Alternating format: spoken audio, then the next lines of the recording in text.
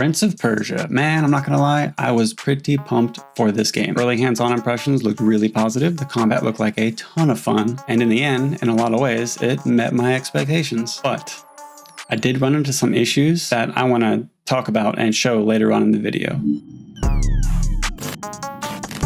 So I spent the past 3 days playing through this game. It took me around 30 hours, and that's doing a lot of side quests and exploring nearly every inch of this map. This is a game that heavily rewards you for being thorough in the form of upgrade materials, talismans, and aether surges. If you're like me and enjoy exploration or finding hidden things, then that itch will most likely get scratched. Because of this, I repeatedly found myself wanting to backtrack to clear out every little spot on the map that was still unexplored. This is a game that is chocked full of secret walls leading to hidden treasures, neat puzzles to solve, and some crazy traps to navigate through. You also have what's called memory fragments. These allow you to take a screenshot and have it marked on the map to easily remember and keep track of things you want to revisit later. Maybe you stumbled into a puzzle that you just can't get through because you haven't unlocked the right power for it, or you're just having a hard time and want to try again later. This is a feature that was very much appreciated, with how many times I came across something I knew I would need to come back to later on. The map is also pretty big, with 9 different zones to explore, each with their own set of unique enemies and mechanics to deal with. A couple of those zones I felt were kind of mid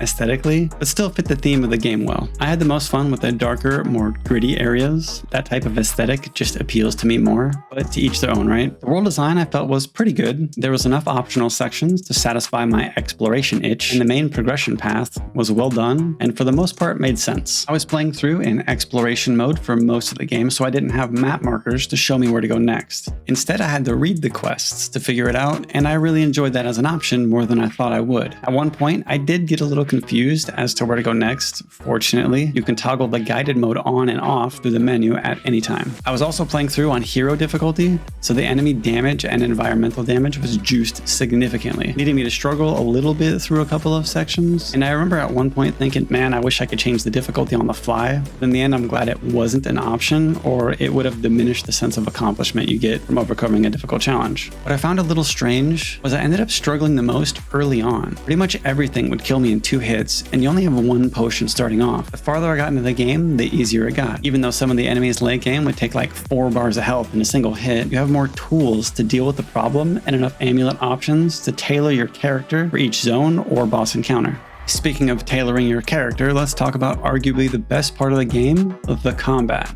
Early on, combat feels pretty good, but a little on the simple side, with only 1 aether surge and none of the powers to combo with. When I say powers, I'm talking about the traversal tools that you need to progress through the game. These also provide utility in and out of combat, like throwing your weapon and teleporting to it, or creating a shadow clone of yourself and being able to recall back to it. There are 6 of these in total, with each being required to gain access to a new zone, and giving you some fun ways to deal with enemies. Aether surges are your big damage dealers that you charge by filling up a meter on the bottom right from dealing damage to enemies or getting off a parry. There's even an amulet that lets you convert damage taken into aether buildup. There are 3 levels of these, with each level consuming extra bars equal to its level. So a level 1 surge will use 1 full bar, and a level 3 will use all 3, with 3 being the max you can hold at one time. Then you have the amulets. These can do anything from making your melee do extra damage in the air, making your arrows do fire damage, regenerating health at the cost of melee damage, or giving you new abilities entirely, like a spot dodge that also deals damage, or creating a bubble that slows time when you parry. Early on, you can only equip 1 or 2 at a time, but by the end I had 10 slots to play around with, and I had 30 amulets to choose from. Most of these amulets can also be upgraded to increase their effectiveness, giving you a little more control over how you want to play the game. I ended up going with a ranged focus playstyle for a good chunk of the game, up until late game where I switched over to full melee.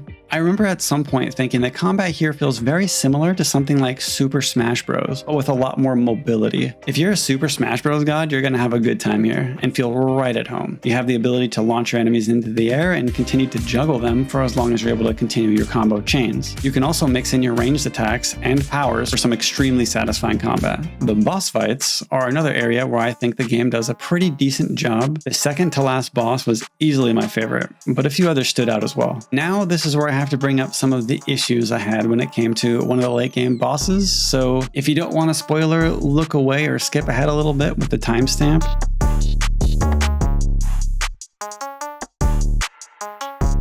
So during this fight, the boss has a mechanic where he slows down time for about a second or so before it rewinds time back a little bit, resetting your position to where you were a few seconds before the slow happened. Most of the time, it would bug out in a couple of different ways. A few times it allowed me to get some free hits on the boss if I just spammed the attack button, but every other time, it would zoom the camera in on a random spot on the map, leaving my character and the boss somewhere off screen for a couple of seconds, giving the boss a chance to have his way with me. Now you might be thinking, well, it's only a couple of seconds, so it's not that bad. This guy hits like a truck if you're playing on anything above the standard difficulty. So a couple of seconds is enough time to lose half my health, forcing me to use a potion. A couple of times it also made my character just slowly glide towards the edge of the boss arena, making me unable to control my character until I hit the ground. This mechanic happens 3 or 4 times during the encounter and makes an already tough fight even harder because of the bugs. I think I would have enjoyed that fight had it not been a buggy mess. That fight wasn't the only place I ran into bugs. Sometimes while going through a trap section, the game would teleport me to like a random spot, causing me to hit a trap, making me have to do the whole thing all over again. This didn't happen very often, so at most it was a mild inconvenience to have to try the trap section again, but it's still worth mentioning. Another issue I had around the halfway point is when I looted a key that let me open up a few different doors, it destroyed my game's frame rate. It was nearly unplayable for a solid 45 minutes, and that was after I dropped all my settings down to potato to try to solve the problem. It did not solve the problem. Luckily, I figured out that if I used the key to open all the doors, it would start fixing itself a little bit with each door, but still lost nearly an hour trying to fix the problem.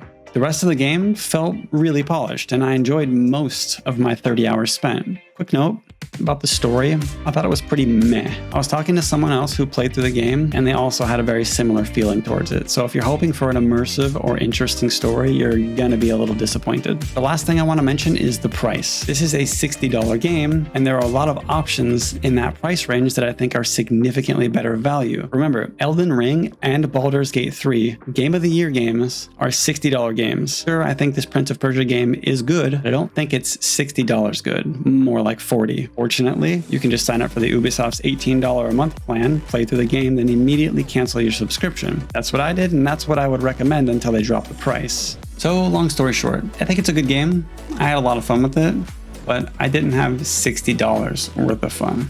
So, that's it for the video, and as always, the Goober Crew thanks you for watching.